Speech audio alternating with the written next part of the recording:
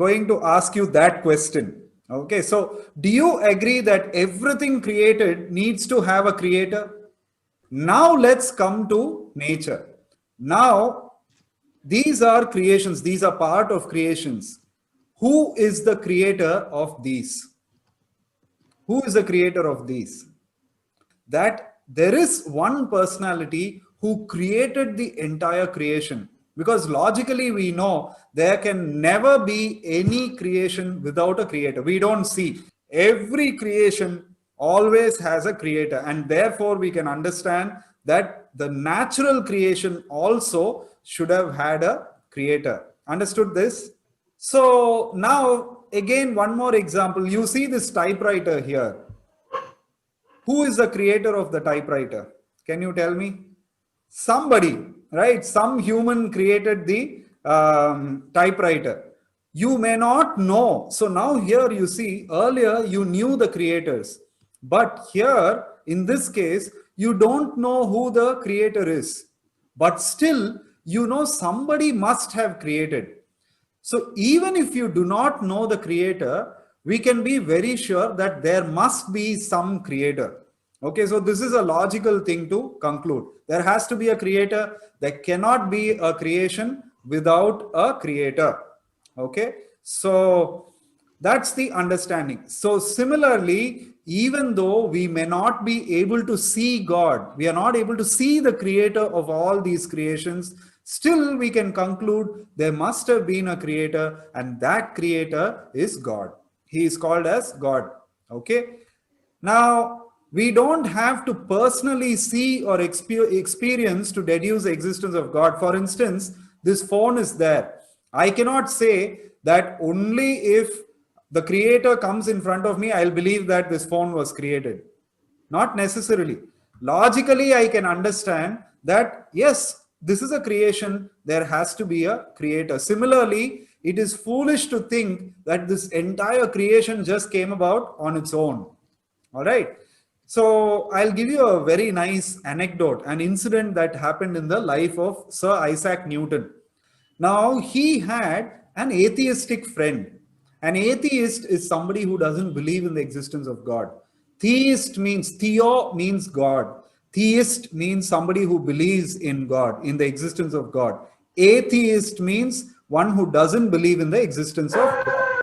Okay? So this person, this atheist friend, he always would argue with Sir Isaac Newton, saying that there is no God, I don't believe in the existence of God. So one day, Sir Isaac Newton, he wanted to teach his friend a lesson, a scientific lesson. So he created an amazing working model of the universe with the sun, the moon, the planets, the stars. And interestingly, this model was a working model. That means the planets were moving in their orbits and the moon was moving. All the celestial bodies were moving in their respective orbits. So amazing working model he had created, and it was created right outside Newton's room. That atheistic friend, as usual, every day he would come to meet Newton. He came and he saw, to his amazement, the great functional model replica of the universe. He was so astonished. He asked Newton, "Hey, Isaac, who is the person who created this?" Then Isaac Newton did not, he was reading a book. He did not even look up at him. He just continued reading. He did not even answer the question. So then the friend became a little, angry, and he asked, "Isaac, I'm asking you a question. Who created this model?" Then Isaac Newton looked at him. He said, "Nobody created. It just came about on its own. That's it. Nobody created," he said. And then his friend became very, very angry. He said, "You fool! How can such an amazing model come about without anybody creating it? Please tell me. I want to meet that person. He must be a genius. Please tell me who is the person who created." Then Isaac Newton said, "My dear friend, you cannot believe that this replica of the universe has not come about on its own. Somebody must have created. You want me to believe that the real stuff, which is the actual universe, came about on its own without anybody creating it?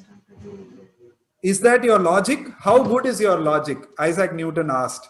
Okay, so that way, then his friend realized, oh, what a bad logic he had been talking about. So he understood that yes, there must be some intelligent person who must have created this whole universe.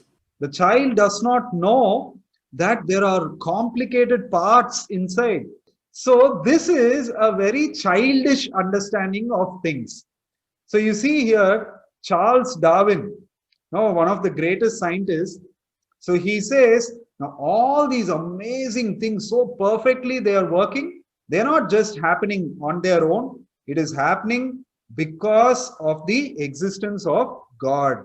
This is from, again, the great master, Sir Isaac Newton. He says, the most beautiful system of the sun, planets, and comets could only proceed from the counsel and dominion. Dominion means control of an intelligent and powerful being. And that intelligent and powerful being is God. So even scientists, they agree that God must exist.